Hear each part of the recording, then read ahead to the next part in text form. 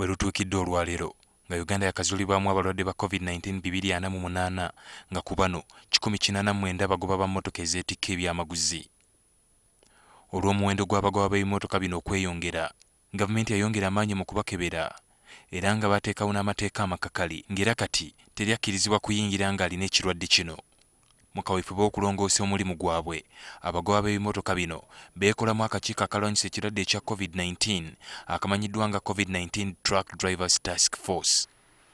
Bannayuganda bangi bazze beekokkola abagoba bano nga bagamba nti be basinze okuvaako omuwendo gw'abalina ekirwadde kino okweyongera mu ggwanga. Kyokka akakiiko k'abagoba bano kanokoddeyo ensonga ze kalowooza nti ze zivuddeko emberebezi nga zino mulimu omujjuzo ku nsalo we bakeberera ekirwadde ekya COVID-19. Abasirikale ba poliisi abasaba ebiwandiiko mu makubo gye bayita, obuuma obukebera ebyenkumu ku nsalo bwe bagamba nti si buyonjo kimala, wamu n'omujjuzo ku myalo gye bajja ebyamaguzi. Bano bajja bano bagenda, border ziri congested. Bw'oba ova e Sudan ng'oyingira Uganda, ne bw'oba ng'ova e Uganda ng'oyingira South Sudan. Border ziri congested. Osuubira ki? Abantu bwe babeera awamu akavuyo ako ate n'obukoowu. Balina okweyisa bulungi ne baba bagenda okukeberwa nga bakwata akabanga akatonsemberera, banaaba engalo, tebeekwatakwata mu maaso kubanga ekirwadde gye kiri. Byron Kinene nga yayogerera akakiiko kano agamba ky'ekiseera amawanga ga East Africa okukolera awamu mu kulwanyisa ekirwadde kino bave mu kwekwasa abagoba bokka. Bakoze endagaano nnyingi nnyo ez'ebyobusuubuzi, naye kino eky'okukolera awamu ng'omukago kibalemye. Naffe tetumanyi lwaki, naye nga tubakubira omulanga kubanga Uganda bwe tuba tukebera ng'amawanga amalala tegakebera, ng'amawanga amalala bizinesi ziriga bulijjo, tuba tumala budde bwaffe.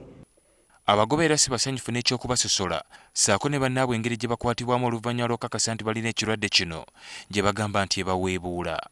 Kubanga drive okuyimirirako mu katawuni ng'ayagala kugula just lumonde we oba muwogo gye agenda agifumbire mu parking gy'alaga, ne mukuba mayinja moloka ne mugyasa ne mukuba emiggo n'okuwogana covid.